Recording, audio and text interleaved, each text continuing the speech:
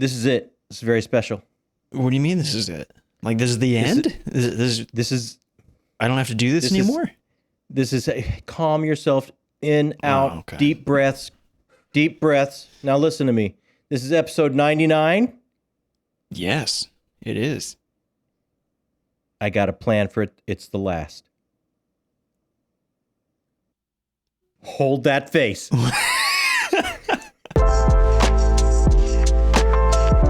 Welcome back to Talking Story. My name is John Minton. That right there is my literary wingman, the confused chull of happiness. Oh.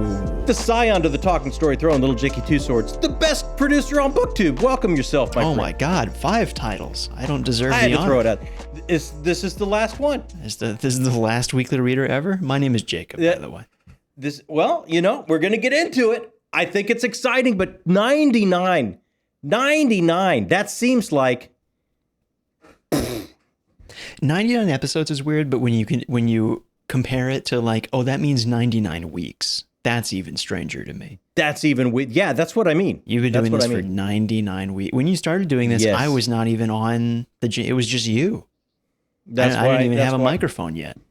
That's it. Yeah. So, hey, for any of you that are new here, welcome. The Weekly Reader is where we kind of launch ourselves into the week. We talk about what we've been reading, how the stories are hitting us, what's coming up next on the TBR, all that kind of stuff. We go over everything. And you know what? When we don't have it, I'm a little bit lost. I'm a little bit lost for the week. I am too. I enjoy the Weekly Reader. It gets you oriented before the week begins. Yeah. I like it. It sets you up. So grab your favorite caffeinated beverage to start the week. We are launching ourselves with episode 99. What a time. Does that mean I begin? What do I do? You begin. Well, you know what? Yeah, you're going to start. What have you been reading? Okay. You're up first. I've been reading quite a bit. Oh, I had a very special 99th episode. 75% of the way through Demon in White. I hit my goal. I hit it yesterday, actually. I didn't even do any reading today. I hit it easily. That's nice. So, the Demon in White by Christopher Rocchio, 75% of the way through. My goal is to be done with it by the next time we're here, episode 100, next Sunday. So let me ask you a question. Well, please, don't get too far ahead of yourself. Okay. There might be something all new. Just hold on. Oh, boy, you're right. How's it hitting you? Oh, man. Here's what I was talking about last week. Rocchio's books tend to have that structure where we're just amping up. And I knew, when I got into the 50% mark of this book, I was like, this is good, but I know what's around the corner. I have a feeling what's coming next is going to be way cooler. Oh, we got to the cool stuff, this 25%. Yeah. And I still have a feeling what comes in the next 25% is going to be even cooler. And you've got some adrenaline coming your way. It hurts me that I can't talk about spoilers. The only thing that I'll say is that you brought up last week that you almost move into a flavor of Raiders of the Lost Ark. Yeah. I've hit that flavor. Archaeological. Yeah. Yes. I loved it. It is my favorite flavor of the series so far, which I thought you get a big burst of action at the end of Howling Dark. That's my favorite stuff. I love the lore, man. I love the backstory of what's going on here. Yeah. It makes me so happy to dig deeper into that, and just the way that it comes to fruition is, God, this book is cool. I hope there's more of it throughout the series. I'm sure there is, and I'm so excited to finish it. I'm pretty sure you're going to be happy with that, my friend. I think I will be too. So that's I think there's some really good reasons why Kingdom O' Death may be, like me, your favorite. Oh, is there lore in there too? I was just expecting a lot of death, which is my jam too. I'm saying nothing. I get death and lore in one book. That might be too much. Think it may be your fave. Yeah, I might OD I'm going on out joy. on a limb. So that's Demon in White. Did very well on that. Got my 75% goal on that. And I did do some extra reading that requires. Talk to me about this, because this is a different direction. This requires a bit of explanation. For people that do watch the Weekly Reader every week, I think it was last week or the week before, I can't remember, that I was talking about the reason I hadn't gotten further in Ships of Merior was mostly because it was a book that I really wanted to read, but was maybe not the story that I needed to read right now. Mm-hmm. Mm-hmm. And imposter syndrome is a heck of a thing, and we're deep into writing book 2, having a blast. But I really needed the boost of the good old days. Go ahead. For anyone that doesn't know, that is book 2, Following Discovery. Yes. Strange Eons, book 1 that we write with your mom. We all write together. All 3 of us write it together. Yeah. And I really needed to get back to the way that we were working in the beginning, where, I had no job, and it was like mom was my writing tutor, basically. Yeah. She had gone and gotten her master's degree in creative writing. Prose was entirely new to me as a medium that I was trying out. And I was begging her, just fill me up with whatever knowledge you have. I want to be good at this. I want to get better. And she's the right one to do it. She is an incredible teacher. She's amazing. So I told her, once again, I want to get better at this. I want to stop having this imposter syndrome and be a little more comfortable in what I'm doing. Put some tools in my toolbox, as we say. Yeah. And I said, these are the things that I want to do with the scene I'm working on right now. And she said, you need to read this piece of Blood Meridian by Cormac McCarthy. So I read like 4 or 5 pages or so of an attack scene in Blood Meridian. Yeah, the Comanche attack. Comanche attack, yeah. Mm-hmm. Good God, what a genius. I mean, look, if you're looking to get a certain vibe and do a certain thing with your work, it's all, if you can look at the brushstrokes of the masters doing a little bit of it. Yeah. Yeah. And it just, I mean, the way that he's able to not only build tension, but hold tension. Yeah. And what I mean is, like, we're setting ourselves at the baseline here that, something bad is going to happen. And he just stretches it and holds it and holds it. And then bam, the bad thing happens, and it just keeps getting worse and worse and worse and worse. And the way that he uses prose to his own benefit to make it happen is just, God, what an art. Looking at the mechanics of that. He has his own beats and rhythms and cadence that he's really harking back to oral storytelling in a way that he is. It truly works. It's amazing. So impressive. Yeah. So unbelievably impressive. Yeah. So I read that, put a tool in my toolbox there. And then I also read today, I told Mom about another thing I was looking to do. And she said, you need to read Sleepy by Anton Chekhov, which is a short story. Another master. Hard to beat Mr. Anton Chekhov. That got dark very quickly. Ooh, it takes a turn, doesn't it? Holy crap, man. I mean, you start out in a way that, this is almost fairy tale-ish. I like this. Yeah, this is pleasant. The village and the moving about the village, and it's happy walking. Yeah, no, it doesn't No, not at all.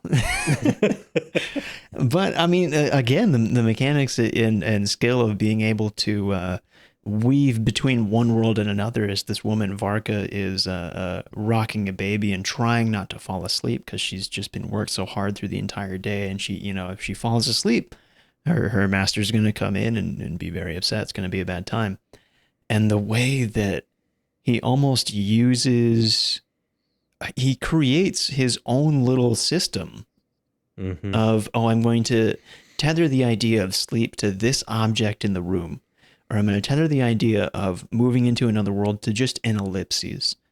And I'm going to use those things to signal to you that we're either in the real world, we're somewhere in between, or, we've checked out. This woman's asleep. This is a dream realm now. She is somewhere else for sure, yeah. And, oh man, I learned a lot from that. Super cool. So that's everything that I read this week. I had a great time. I am so excited for you. I know the chunk you're working on. I worked a little bit on it too, handed off some things, and you're working a little bit on it, so I know exactly what you're doing. Yeah. And both of those things I know can bring about such a oomph to what we're putting together there with that scene. Oh, so.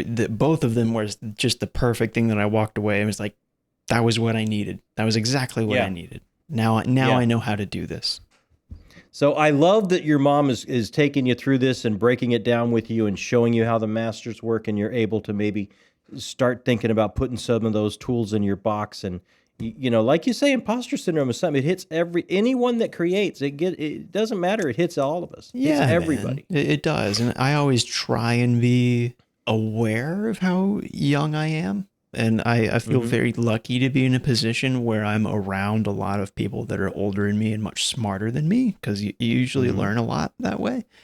And working with you and Mom is like working with two geniuses. Like, you guys are masters of what you do. And a lot of the time it puts you in a position where you're like, oh man, I'm young. I haven't read nearly as much as these people.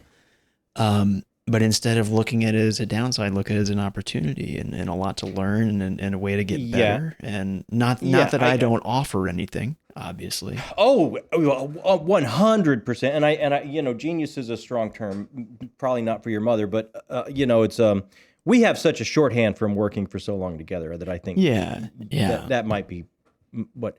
But you know what? It's one of the sheer pleasures of our life is creating this with you. So it's so exciting to watch you put some tools in your box and work. And I'm thrilled. I'm excited of this new inclusion in your reading journey as you try and internalize that to some of your work. Is very exciting to me. It was to be exactly able to watch it. What I needed. I can't tell you how much better this week was than the previous one, just because of that. It was great. That is absolutely wonderful to hear. But how about yourself? How many hundreds and hundreds of pages did you read? I read some hundreds of pages. I'm not going to lie. 8,000 pages did you read? No. Let's not be silly. I did wrap up Fugitive Prince by Janny Words. Oh man. See, now after all that, I'm immediately jealous. Tell me how great it was. Oh, it was really great. Look, I'm not gonna lie. It was really great. It had a different flavor. I'm gonna say this. Really? I think Warhost of Vastmark still my fave. Okay. It did not and I'll tell you why. I think why is it's the ground floor of this new act, and she's laying a bunch of seeds, and it's like every character I think is going to end up to be a part, even the most ancillary ones that pop in and out, possibly. I think I better notate exactly what's going on there. Yeah, I just to add really quickly, I do think within the series there are like sagas, so to speak, right? Like this is arcs, book she calls arcs. Yeah, so this is book one of the Alliance of Light, I believe. Yes, so this is the third arc. Okay. This is the very beginning of the third arc, and I believe the third arc is like 4 or 5 books. Oh wow!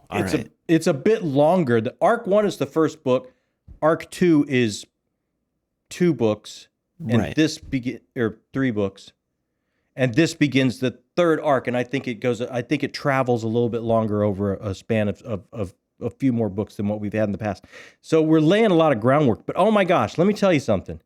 Even with that, I think Warhost of Vastmark is my favorite because it was paying off the second arc, and it was just fireworks. Like, it was just unbelievable. Not only for the world, but the characters of where they ended up with, as well as the big climactic, amazing things that happened at the end of that. But this had, hands down, my favorite moment of the series. Really? My favorite moment of the series. Now, obviously, don't say what it is, but was it a character moment? Was it? No, it's a moment. Okay. It's a moment. It's a moment that you find out a little bit of the mystery. You delve deeper into the lore.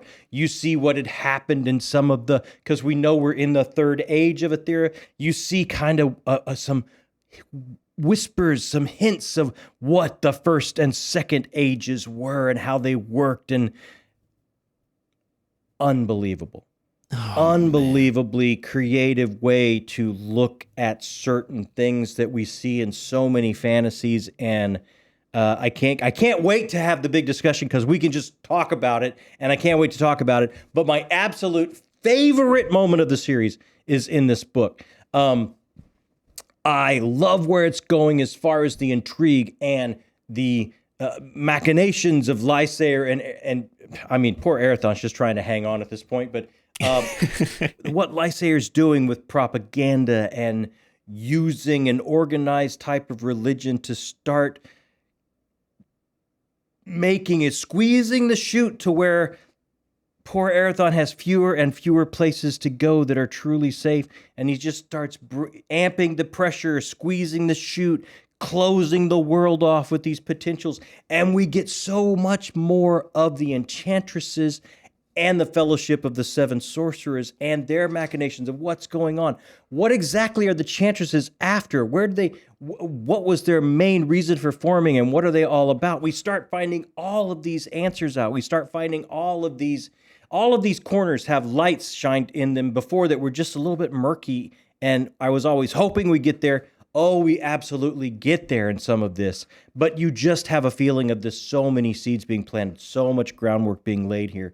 Even though there's these amazing peaks, as my favorite moment was, there's these amazing peaks of answers and mysteries solved and high action, and then the rest of it is very much these machinations, very much this intrigue, very much this groundwork being laid, introducing these new characters, this new status quo, this new normal as the world gets shrunk and pushed and pressure in on Erathon S. Phelan and where exactly he can go. And then the cliffhanger we have at the end, as it's become smaller and smaller and smaller, the cliffhanger we have at the end is like, oh, you can see where all of this is leading to and going.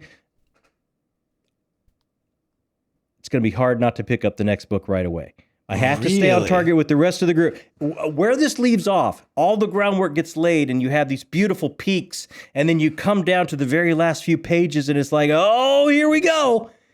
Here we go. I mean, we were winding it up, the whole thing, and we're about to let that top loose come second book, I think. But there were just beautiful moments of some of the magic and machinations that the enchantresses are doing and how they're working and why they're working in that way. Same with the sorcerers.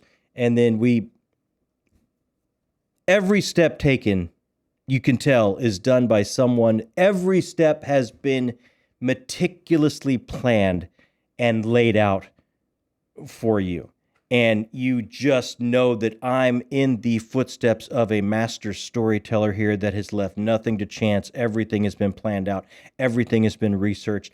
The moments at sea, the moments on horseback. This is from a life lived in service to this story, and everything is deeply researched and real and concrete, and that just makes all the fantastical moments hit even more deeply for you because of that ground floor that's going on here. Just adored it. Great read. Cannot wait to meet with everybody and talk and really get to just gush about particularly this one moment that is the high point of the whole series for me so far. Oh man, I'm sure everybody else feels the same way. And it's funny, as I was reading this part, my high point of the whole series, Janny just happened to DM me. Oh really? And I was like, oh my gosh, I'm right here. And she says, oh, well, wait a minute, what page? And I said, this page. She said, you're 5 pages away from the real shoe dropping here. I'll wait. Wow. So as I read, it's like, so yeah, she was just happened to DM me at that moment. That's so cool. Wow. I'm just saying, if you love epic fantasy and this is a series you haven't tried, there's a definite blind spot that you should take a look at. May not be for everybody. So many series aren't for I don't think there's a series that is for everybody. But on the chance this might be for you and you haven't given it a chance yet, you owe yourself to take a look in that blind spot, I think. I'm not nearly as far in the series as you are, but I think I still have the credibility to say that it's extremely underrated. No, it should be. I can't imagine it's not. It absolutely is going to be on my best list.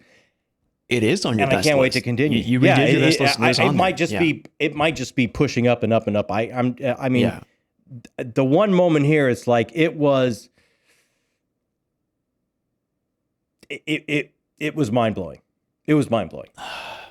You're not making me feel good about stepping away from It's not my some job to make things. you feel good. Thanks, Dad. Yeah, what do you think of that? Nah, I don't feel great. What else did you read? What'd you get to next? You know what? We did meet, our One Piece crew met, and we talked about Oh, hey. where we are in One Piece and what we got up to. That was over on Jake's channel, Nerd Level Rising. We'll link the channel right down there. Go check that out if you'd like to see it. I'm not quite sure if he's put it out yet, but I know it's coming out really, really quick. We recorded it. We got the crew together, and it was such a great time. It was such a great time, it made me grab the next volume. Oh, what? Just right away. Had to get back into it. Just right away. So I read volume 18. And how of far One do you Piece. have to go until the next talk? Up to 24. So I'm not far away at all. Oh, okay. That won't take you very long. Yeah. And I think not all of 24. I think like the first chapter into 24 will be ready. But let me tell you, I am loving the Alabasta storyline. Oh, that's the name of the part. Yeah, that you're, yeah. Okay. It's, you just get more backstory, you get deeper, you get more world building, you get deeper into, wow, these are some really interesting reflections on our own world if you stop and look in between all the moments of high irreverence and just outlandish fun. He drops these moments where it's like, oh, wait a minute, this actually makes me think of something here that reflects my own world and makes me consider my part in it a little bit differently. And all of those things happen in volume 18. It's not going to be long before I squeeze in volume 19 and keep moving forward. This, look, I haven't made a favorite comics or a favorite sequential storytelling list. There's no way this would not be way, way, way up there. And I've been a comics fan my whole life. But this has really, really, really been an impressive journey. And spending time with the crew is just magical. So gonna keep continuing this for sure. I'm not enjoying this. You know what? I don't know if you're supposed to. I just talked about like, oh man, Love and Demon and what, you know, my favorite thing, getting more lore. But I got to back away from something. And you just talk about, hey, big blast of lore in the Wars of Light and shit. Lore big drops. blast of lore in One Piece. Oh, you're missing out. Like this sucks. Dude, lore drops. And then, you know what? I was kind of in a comics frame of mind. Oh, so okay. I just went ahead and picked up God Country, which is an Image comics by Cates and Shaw, and read through this. This was a lot of fun. Thanks for Zack Attack for sending this my way. I had so much fun with this. This kind of just let me know that no matter if you're a father in Texas that's struggling and losing yourself to Alzheimer and trying to connect with your family while they slip away from this horrible disease, or you're the father of this cosmic pantheon that's trying to hold on to their relevance as the universe starts to shrink and pull away from your power base, fathers and sons are going to have issues, no matter what side of the story you were on. And it was just really interesting how they worked those relationships into this broad, cosmic, sword and sorcery throwdown 6-issue series. In one moment, it would be very, very personal and intimate. And in the next moment, you would have vast moments of cosmic combat that you did not see coming. And then it would just, it keeps you on a rubber band and pulls you back and forth between these two realities with these characters. And it was just really, really well done. And it really gave you this dual theme of these two very different patriarchs going through very different things, trying to hold on to themselves and their relevance and their relationships with the families around them as they completely clashed with each other. And I just had the most fun with it. It had been a while since I read a comic, an American comic, and And this was just so much fun because it was just all new characters. It wasn't like I picked up my old favorites from DC. It was just a breath of fresh air. I had no idea what was coming around the next corner in the next issue. And it was just wonderful surprise after wonderful surprise with this one. And I really, really enjoyed it. Man, that sounds like it was written for you. Like cosmic pantheon and old dudes grappling with the identity of fatherhood. That is your in Texas. In Texas. In Texas. Yeah. Like it does sound like it was complete. And it let me tell you, it hit me just right. Absolutely just right. That's awesome. Well done, Zach. Great recommendation. And I had a little bit of time after that. Of course you did. What else did you get to? This is everything. Actually, Fugitive Prince was the end of my stack for July. Right. So I'm just kind of freewheeling after that. So I have a little bit extra time. So I went ahead and I picked up the new Christopher Moore, Anima Rising. Oh, this gorgeous cover. I remember this. Yeah. And this, my friend, I am 100 pages in. I will be finished before we get to August, so I can start my August stack on time. This, if you like Douglas Adams, if you like Sir Terry Pratchett, if you like some irreverence and some humor and some craziness, and then mic drop moment of profound thought, and it's like, wait a minute, that's a kind of defining thing about humanity that you're saying there in between all the gags, sir. You should be looking into Christopher Moore. He does it as well as anybody. And in this, we start out with, it looks like a murder, but turns out the victim is still very much alive. And she's washed up at the canals of Vienna, right at the feet of the amazing artist, Mr. Klimt. And shenanigans ensue from there. And what I can tell you is it's all tied to a complete letter by letter reworking of Mary Shelley's Frankenstein. Oh, come on, man. Tied into... Stop making me want to drop and read more stuff I don't have time for. It's not a murder. She's still very much alive. And let's just say she's the certain bride to a certain creature that's washed up here in Vienna. Dang it.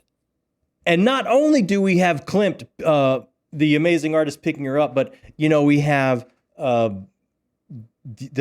I think we got Sigmund Freud that's meeting them at the cafe. I haven't quite got to Carl Jung, but I believe he's going to show up here. So amazing. I'm 100 pages in, but I am absolutely loving this Christopher Moore book. I have loved so many of them. A Dirty Job. The Gospels According to Biff. I could go on and on and on. I think maybe I'll just make a Christopher Moore list coming up that people should be trying if you like a little bit of humor with your profound moments of reflection on the human condition. But I cannot wait to see where this is going to go, because it's going to go somewhere nobody is predicting or seeing, and it's going to be completely off the hook, irreverent, and at the same time make you go, wow, I never thought about that like that. That's so good. You ever have one of those moments where you hear about something and you're like, that's so brilliant that I'm mad at myself that I never thought of something that cool? Oh, he completely, he has a book called Fool, where he completely redoes the character of the Fool from King Lear of Shakespeare. A Dirty Job is the Grim Reaper's job. He's got a vampire book called They Suck. He's got the melancholy lust lizard of Melancholy Cove. He's got book after book after, if you kind of want to look at a Godzilla situation, he's got book after book after book that takes these amazing things that we love, Frankenstein, Godzilla, vampires, whatever is your bag, and somehow drops it into a moment of history with the most amazing people, and just whips up some kind of thing that makes you, by the end, laugh out loud and think about your place in the universe. He does it over and over and over again. I had zero interest in reading him until this moment. Oh, man, you would dig this guy. Yeah, You it would sounds completely like it. dig this guy. Yeah. Wow. Absolutely. So I will be finishing that up before we get to August. So what comes next in August? What's the Well, first one? you know you're what? picking Before up? that, Oh, okay. we should probably take a little break and maybe thank some folks. Always got to thank people. So many people to thank. Yeah. These are the people that keep us rolling. They make the hard decisions. They actually take over our channel when we spin the camera around and do something we like to call Town Square. They run our book club and vote on our pick of the month to have a big book club, and then they hang out with me and talk about that book by the end of the month. They keep the lights on. They do so many things. We're talking about our correspondents, directors, producers, our fine folks at Patreon. It's right down there in the link, as well as all the other places we are, social media-wise. Check all of that out if you're interested and explore it all. But from the bottom, thank you to all of the people that keep things rolling around here. Thanks, everybody. Just a quick break in the action to thank all of our correspondents, directors, and producers on Patreon. These people keep the lights on. They make decisions for us because we don't know what we're doing. We're not great at making the decisions around here. The decisions all the way from what I'm going to read next, what the book club of the month Patreon pick is going to be, but all the way up to video ideas and what we're going to do here on the channel coming up for you. If you're interested or you want to find out how you can be a part of this, right down there in the description box, click the Patreon link. It's got all the answers for you. And once again, thank you to all of these fine people that are helping us build the channel, our correspondents, directors, and producers. So, what am I going to start August with? I'm going to start with the third book in the Long Price Quartet by Daniel Abraham. Just couldn't wait, could you? Oh, no. No, I cannot wait. I'm starting August with an August War. An Autumn War.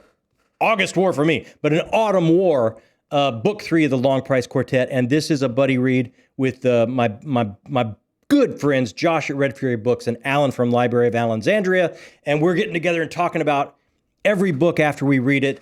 And I cannot wait to get to book 3. This thing has been such a hit with me. If books 3 and 4 are anything like books 1 and 2, this is a wow. This is a wow for me. Just, can't wait to get back. So I'm going to start my August with this. Lovely. Sounds great. So there you go. What do we got? What do we got coming up this week? That's everything we've been reading. You're asking the wrong person, man. I don't know. Oh, come on. You were at the production meeting. You know There was no everything production. I have no idea what you're talking about. There's no production. There 100% there's do you want me just to start going through it? Because we Please got do. a lot of stuff this week. I have no idea what it is, so please go. Well, first of all, on the 28th, which is Monday, we're launching ourselves Monday morning with the Weekly Reader tonight. People know that. No. Okay.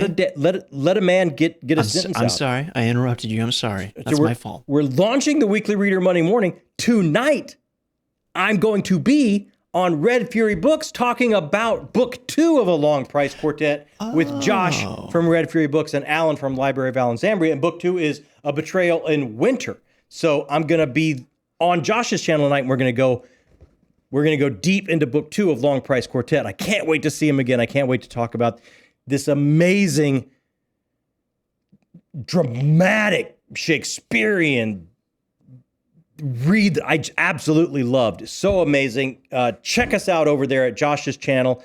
Me, Josh, and Alan talking about the Long Price Quartet. And that's tonight on Josh's channel, I think at like 7:30 live Eastern. So check us out there. Yeah. Josh, Red Fury Books will be linked in the description if you want to go check that out. Please do. Also, Library of Allenxandria if you haven't subscribed to him. That'll be linked there. Yeah, absolutely. Get ready to link some other people. Okay. What are we doing? Because on the 29th, which is Tuesday, Sure. I'm going to be on Jake's channel at Nerd Level Rising. Oh, okay. And, I better grab the greatest. You don't need it. You don't need it. I better grab it. You'll remember. I promise you'll remember it. You don't need it. I want to make sure the best data keeping It's the most method horrible sound, that Velcro. So I'm going to be on Jake NLR we're going to be talking about James Islington's The Will of the Many. We're finally going to get together and have our big discussion about The Will of the Many. And this is going to be me, Jake from NLR, Chance Dillon from Chance Dillon, and the good doctor himself, Dr. Philip Chase from The Best of Fantasy. So we're going to get together and we're going going to. Oh, it's going to be. I can't wait to talk about Will the Mini with all these fine folks.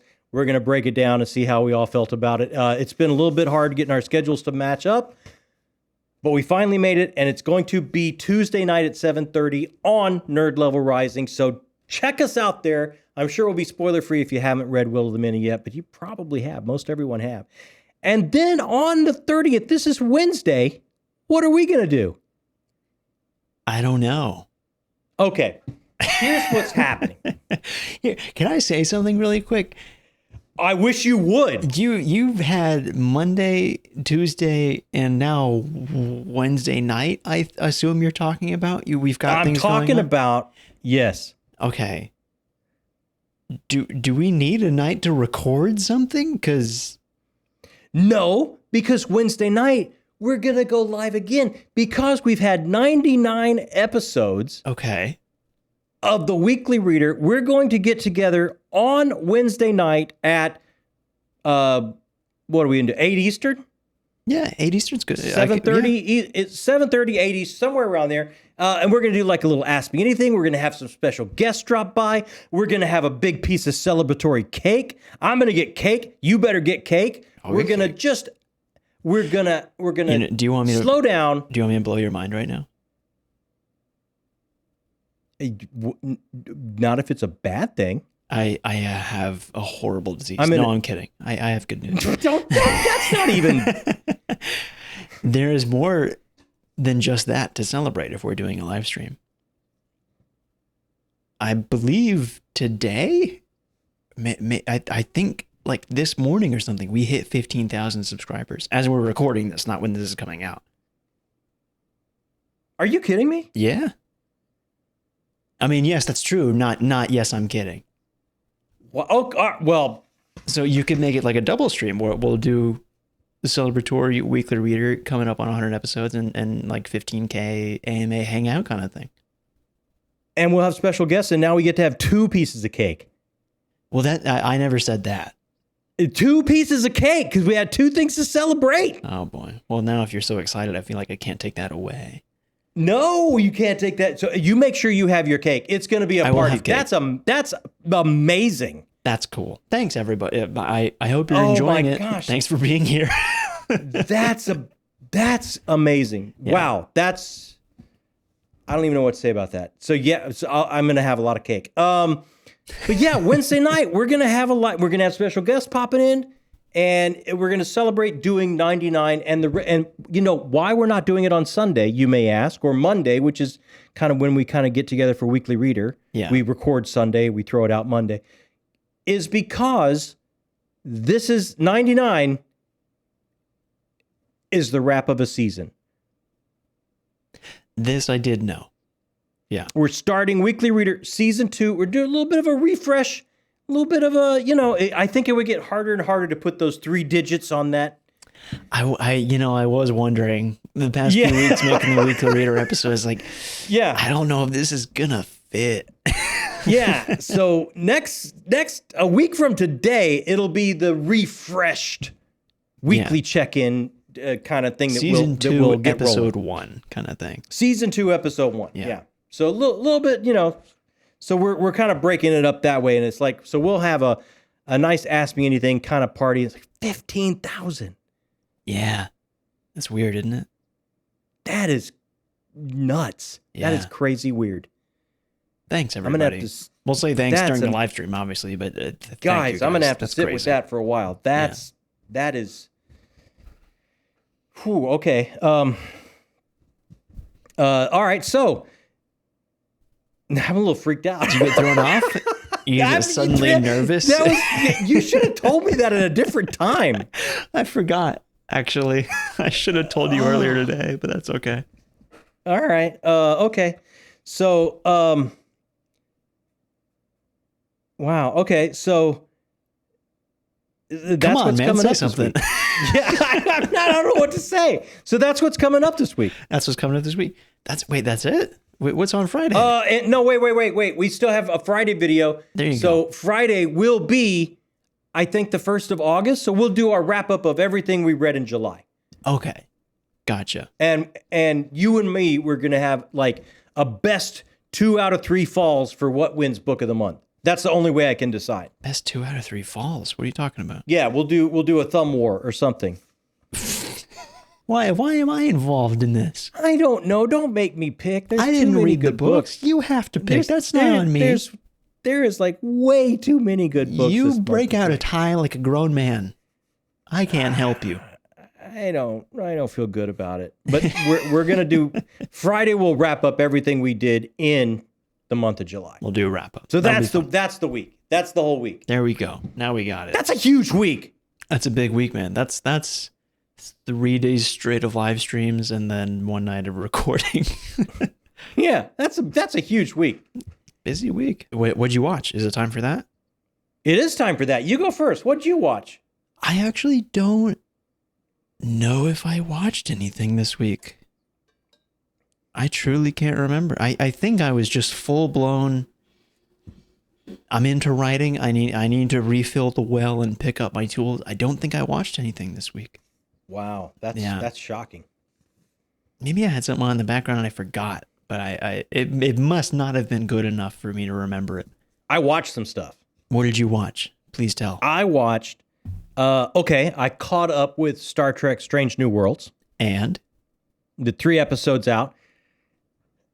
You know what? I'm just gonna say. Well, episode 1 was pretty cool because the season 2 ended on a cliffhanger, so we wrapped that up. Yeah. Excuse me, that was pretty fun. Episodes 2 and 3, I'm not. 3 I like better than 2, but neither one were like, ooh, I'm.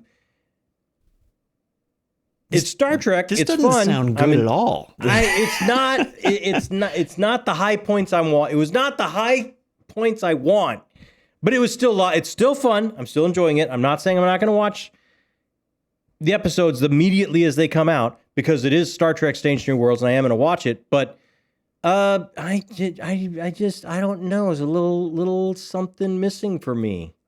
Really? On the episodes, yes, but I would love to talk with somebody that's watched them all and kind of go over it with them and talk spoilers and see how what the vibe is. I mean, usually I've noticed most people that share their opinions about Star Trek stuff is pretty similar to what I've heard you say. So I'd be surprised if you were a loner on that opinion. Yeah. We'll see where it goes. Who knows? Very early in the season. I did watch the finale of Stick.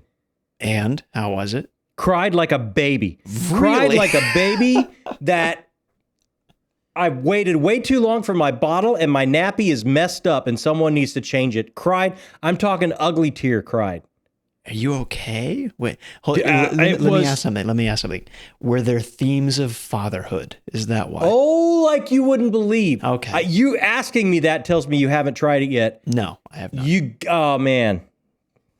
There was some dad stuff in it, like deep dad stuff. Like, Mark Maron's the man, dude. I love Mark Maron. He's so good. He was so good in this. It was so much fun. Look, if you're not crazy about golf, I don't think it matters. This was a very sweet, fun, charming, moving show, and I'm not afraid to say I had a big ugly cry at the finale. Apple TV knows what they're doing, man. Yeah, they really do. Ugly cry. And for the last but not least, I did watch part 2 of that Billy Joel documentary. Oh boy. Okay. And on HBO. Oh God, this guy. What a career. 50 years of creativity and music and being the soundtrack to mine and so many other people's lives. What a career, man. What a life. What an achievement. What a guy. Like I loved it. 2 volumes, 2 episodes. They're each 2.5 hours long. And there is not one thing I would have cut from either one of them. Good Lord. How could there possibly be that much material? Oh my! You have no idea how many just I really do. I know very little about Billy Joel. moment-defining hits this guy has had, and just some dad stuff in it too. I got to tell you, I might have had one Denzel tear by the end of it. Man, with the dad Part stuff two. this week. Yeah, Really. it came at me. It came at me hard and heavy this week, and it was so good. You should check it. So good. You should check it out. And I will say this. Okay. I will say this. The august Mr. Pooh sat and watched it with me. He doesn't know what he's looking at. He's not aware he's alive. I sung along with all this. He's a huge Billy Joel fan. He just hears He's a noise. huge Billy Joel fan now. It's like putting static in front of a kid. It's not real. They don't understand. Let me tell you, his eyes were just glazed over. His eyes are always big. He's like a bug. He looks like that. I think it's love. He loves Billy Joel now. Is that everything you watched? That is everything I watched. That's enough, right? I remembered I did watch some things this week. Oh, hit me up. I knew you'd come through. Chances are high I usually forget things, so it does make sense. This is true. I did see after the last weekly reader went out last Monday morning, excuse me. I usually scroll through comments and kind of skim. And someone said that I had said that, I had some problems with Sinners, and someone commented that said, "You're wrong, it's a generational film." I don't remember the name, I'm sorry. So I rewatched Sinners. Did you really? I did. And? I liked it more. Were you wrong? I did like it more. Here's the thing. Is it a generational film? Is it something that truly like pushes the boundaries of the genre of horror in general in a way that I probably wasn't expecting to see in my lifetime and is incredibly exciting? Yes. It's an incredible movie and should be studied and awed and treated like a masterpiece. There's one moment in this movie that makes zero sense to me. Okay. I'm going to have to watch this so we can talk. Okay. It's just like there's a person that has everything, like their character goal is in front of them. And they go, "All right, let's go." And they run away. It's like, why? And it wasn't like a thematic, they gave up this, that. No, it just made no sense to me. But other than that, yes, generational film. It's a masterpiece. Ryan Coogler is a genius. The music scene, everyone that has seen it knows what I'm talking about, is probably one of the greatest scenes I've ever seen in my life. It's truly incredible.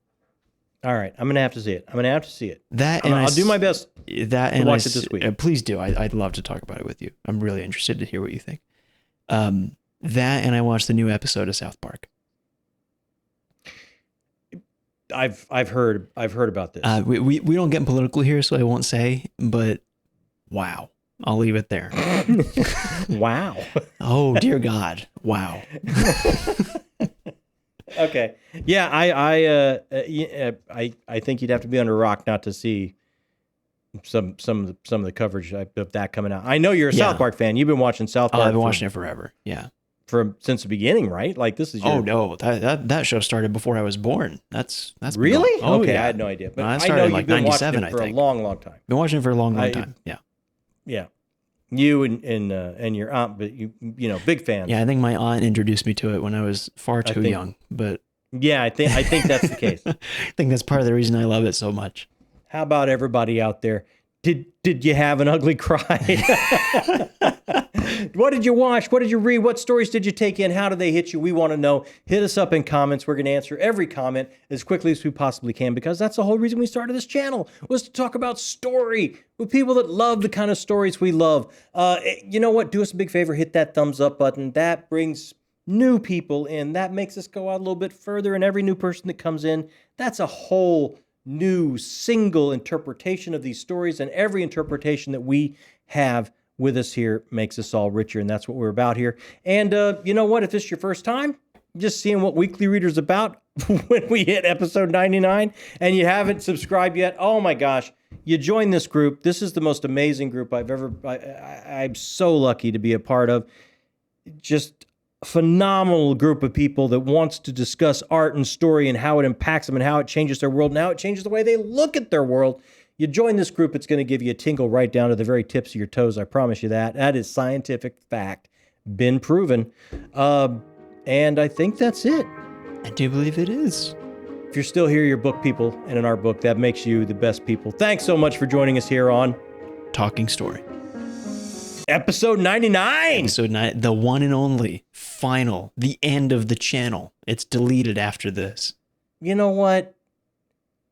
That's not happening. We're going to have cake on Wednesday and wipe it. That's what's happening. We'll have like a big plunger.